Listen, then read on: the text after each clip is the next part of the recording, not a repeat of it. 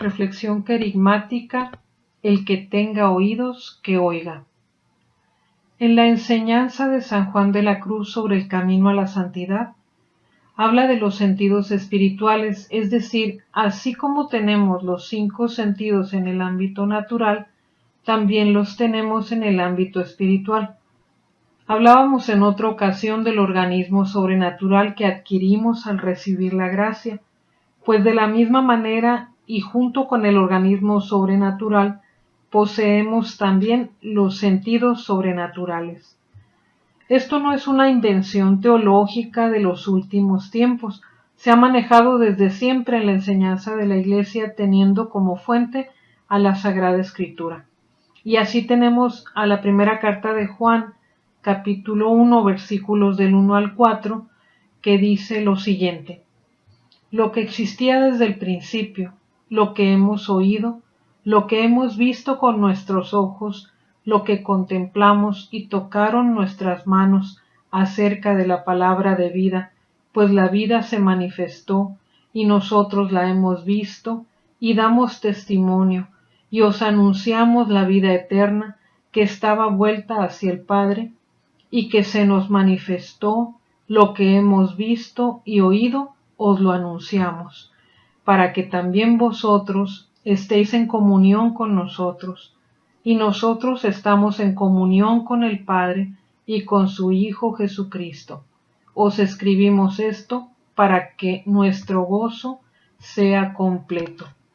Nos dice el evangelista Juan que ellos dan testimonio de lo que han visto y oído, es decir, en ejercicio de sus sentidos, tanto físicos como espirituales o sobrenaturales, porque la enseñanza de nuestro Señor Jesucristo fue también captada por su organismo sobrenatural, porque no solo su cuerpo escuchó, sino que también su alma atendió a ese llamado, a lo que vieron y escucharon. En Mateo 13:9, texto en el que basamos nuestra reflexión de hoy, dice textualmente: el que tenga oídos, que oiga. Lo afirma el Señor Jesús después de haber hablado al pueblo mucho rato en parábolas. Y para continuar hablando sobre los sentidos sobrenaturales, continuemos con el texto de Mateo 13, donde el Señor continúa diciéndole a los apóstoles: y acercándose los discípulos le dijeron: ¿por qué les hablas en parábolas? Él les respondió: es que a vosotros se os ha dado el conocer los misterios del reino de los cielos, pero a ellos no. Por esto les hablo en parábolas, porque viendo no ven, y oyendo no oyen ni entienden, y se cumple con ellos la profecía de Isaías. Cierto, oiréis y no entenderéis, y no conoceréis, porque se ha endurecido el corazón de este pueblo, y se han hecho duros de oídos, y han cerrado sus ojos para no ver con sus ojos, y no oír con sus oídos, y para no entender con su corazón, y convertirse, y que yo los sane. Pero dichosos vuestros ojos porque ven, y vuestros oídos porque oyen, pues os aseguro que muchos profetas y justos desearon ver lo que vosotros veis, pero no lo vieron, y oír lo que vosotros oís, pero no lo oyeron. Esto, repito, dice el texto de Mateo 13, versículos del 10 al 11 y del 13 al 17. ¿Y qué es lo que hace que viendo no veamos y oyendo no oigamos? Creo que no se requiere una profunda reflexión para responder esta pregunta, porque si hacemos una analogía con la comunicación humana, la comunicación que nosotros tenemos con personas con las que convivimos, presencial o digitalmente, por llamadas telefónicas, etc., ¿qué es lo que hace que dejemos de escucharnos? Lo primero que me viene a la mente son los ruidos externos. En ocasiones escuchamos a un perrito ladrando, un gatito que está maullando, un periquito gritando. Todo esto hace que mientras tratamos de comunicarnos con alguien, no lo hagamos con claridad, Primero porque los sonidos tienden a alterarnos, poco o mucho, luego porque nos distraen y finalmente porque la voz de nuestro interlocutor, es decir, la persona con la que hablamos, queda ocultada o disminuida por esos ruidos, lo que finalmente, en mayor o menor medida, dificulta la comunicación. Pero los ruidos quizás no son lo único que dificulta una buena escucha. También los distractores internos, como quizás las preocupaciones, los planes que tenemos presentes en la mente, los pensamientos que son distintos al tema del que se nos está hablando. Curiosamente, muchos tendemos a no vivir en el presente y mientras hablamos con alguien, estamos pensando en lo que ayer vivimos o en otra experiencia pasada, en los planes por venir, en lo que dejamos pendiente por hacer, y terminamos dejando de escuchar con atención lo que se nos dice. A eso podríamos llamarle ruidos internos. Pero intentando aún responder a la pregunta que nos hacíamos inicialmente, ¿qué es lo que nos hace que dejemos de escuchar? Lo que hace que dejemos de escuchar. En ocasiones no son siquiera los ruidos ni externos ni internos, sino también el desinterés es lo que a veces nos hace no escuchar o no entender. Pero ¿cuándo puede hablarse de desinterés? Cuando la persona que te habla no te inspira confianza, cuando consideras que habla con desconocimiento, cuando desconfías de la persona que está hablando. Esto nos lleva a no escuchar su mensaje. Podemos oír una voz que suena, pero nuestra mente está vagando, está en otro lugar y lo que se nos dijo no lo escuchamos. Podemos recordar que esa persona hablaba, pero no podemos recordar del tema que trataba porque no lo estábamos escuchando.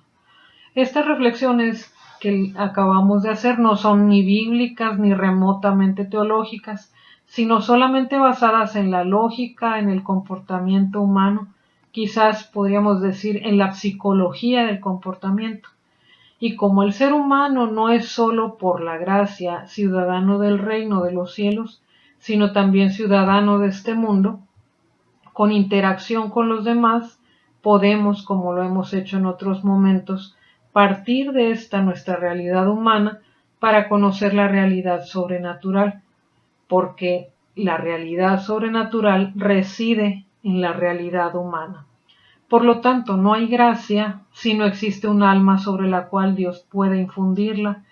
No hay inhabitación trinitaria, un Dios uno y trino habitando en el corazón del hombre, de la persona humana, si no hay una persona que quiera vivir unida a Dios mediante el cumplimiento de su voluntad y su sometimiento a ella. Retomando el tema que hoy nos ocupa en el Evangelio de Mateo capítulo 13, ¿qué es lo que hace que el ser humano viendo no vea y oyendo no oiga ni entienda? Podríamos hacer una analogía a lo que comentábamos sobre las comunicaciones interpersonales y citar con base en ellas algunas causas posibles. Hablábamos de que los ruidos son una de las causas de que no escuchemos el mensaje.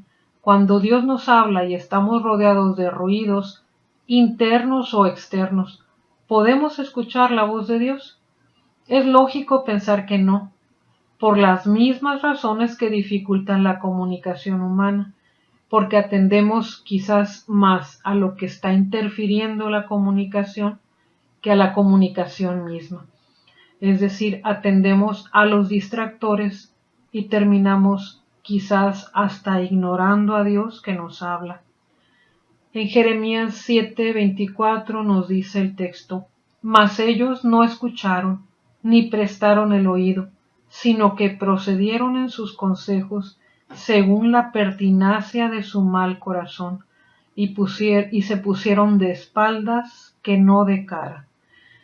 El libro de Jeremías, de hecho a Jeremías se le conoce como el profeta de calamidades, anunciaba al pueblo de Israel de parte de Dios una serie de mensajes que al pueblo le desagradaban.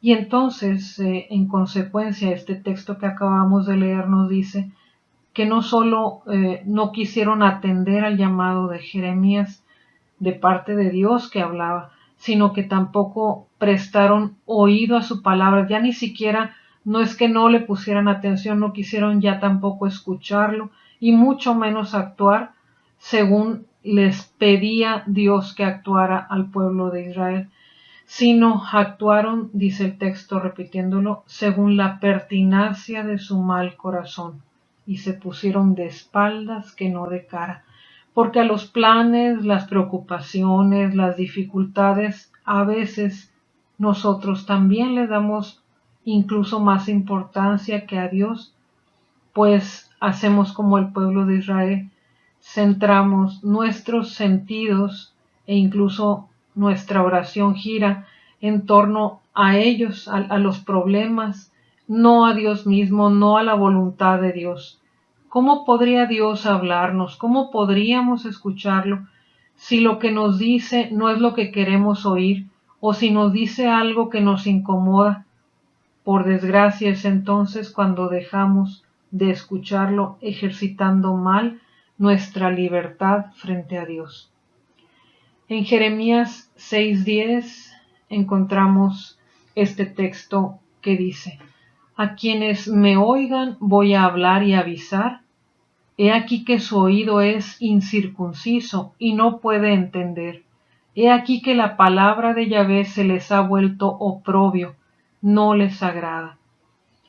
Pero también decíamos, cuando desconfiamos de quien habla, en el caso de las comunicaciones humanas, tendemos a no prestar atención tampoco a lo que nos dice, porque como la persona en sí misma no nos interesa, tampoco nos interesa, por desgracia, su mensaje.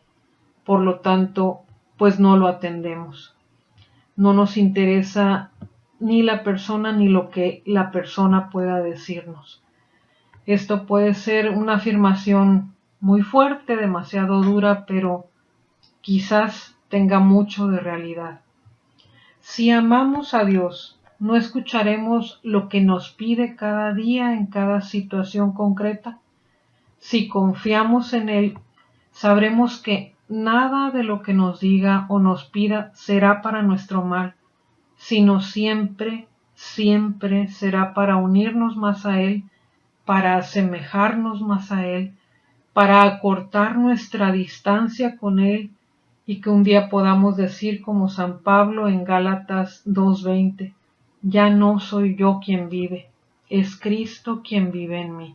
Pero esto solo si primero lo escuchamos y después si atendemos su llamada. Pero hay una característica más que el Señor Jesucristo expresa como condición para escuchar, ver y entender su mensaje.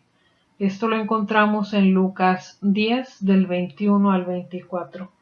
En aquel momento se llenó de gozo Jesús en el Espíritu Santo y dijo: yo te bendigo, Padre, Señor del cielo y de la tierra, porque has ocultado estas cosas a sabios e inteligentes y se las has revelado a los pequeños. Sí, Padre, pues tal ha sido tu beneplácito. Todo me ha sido entregado por mi Padre, y nadie conoce quién es el Hijo sino el Padre, y quién es el Padre sino el Hijo, y aquel a quien el Hijo se lo quiera revelar. Volviéndose a los discípulos les dijo aparte: dichosos los ojos que ven lo que veis, porque os digo que muchos profetas y reyes quisieron ver lo que vosotros veis, pero no lo vieron, y oír lo que vosotros oís, pero no lo oyeron. La enseñanza del Señor ha permanecido oculta a los sabios y entendidos de este mundo, o más claro para nosotros, a los que se creen sabios y entendidos, y se le ha revelado a los humildes, a los pequeños. Pero ¿quiénes son los humildes para el Señor? ¿Quiénes son, según la Sagrada Escritura, los humildes? Vayamos a la etimología, a la raíz de la palabra humildad. Humildad viene del latín humilitas, que a su vez procede de humus, es decir, tierra. Por lo tanto, podemos decir que el humilde es el que reconoce que él no es más que polvo y ceniza, tierra de la que fue formado, mientras que también reconoce a Dios como su Creador omnipotente, infinitamente justo, sabio y misericordioso, y tierno para con todas sus criaturas. ¿Cómo Dios no se revelaría a un alma humilde, a un alma así que reconoce su propia miseria y espera en la grandeza de Dios? Es justamente ahí donde deberíamos detenernos. ¿Cómo tendremos ojos que reconozcan a Dios? ¿Cómo podremos escuchar su voz? ¿Cómo a su vez despreciaremos lo desagradable del olor del pecado? ¿Cómo podríamos deleitarnos en la dulzura de la presencia de Dios en nuestras vidas? Y finalmente, ¿cómo podríamos sentir a Dios presente en nuestras vidas? No hay ninguna fórmula extraña, ninguna obra magnífica que debamos realizar. Ni siquiera tenemos que gritar nuestra opción por Dios a los cuatro vientos.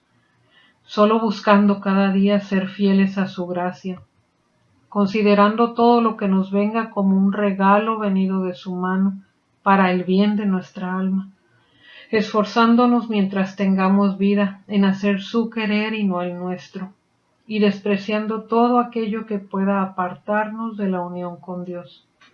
Todo esto resumido en una frase de Marcos 12:30. Amarás al Señor tu Dios con todo tu corazón, con toda tu alma, con toda tu mente, con todas tus fuerzas.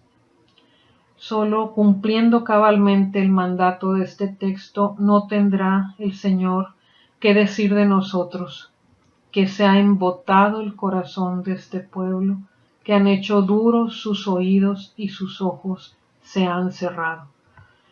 Que nuestro Señor no se haya cansado aún de nuestra torpeza, que tenga misericordia de nosotros y nos siga hablando al corazón, y mueva nuestro ser a actuar según su voluntad, y deje de encontrar oposición de nuestra parte. Te lo pedimos, Señor, por intercesión de la Santísima Virgen, Madre de Dios y Madre nuestra.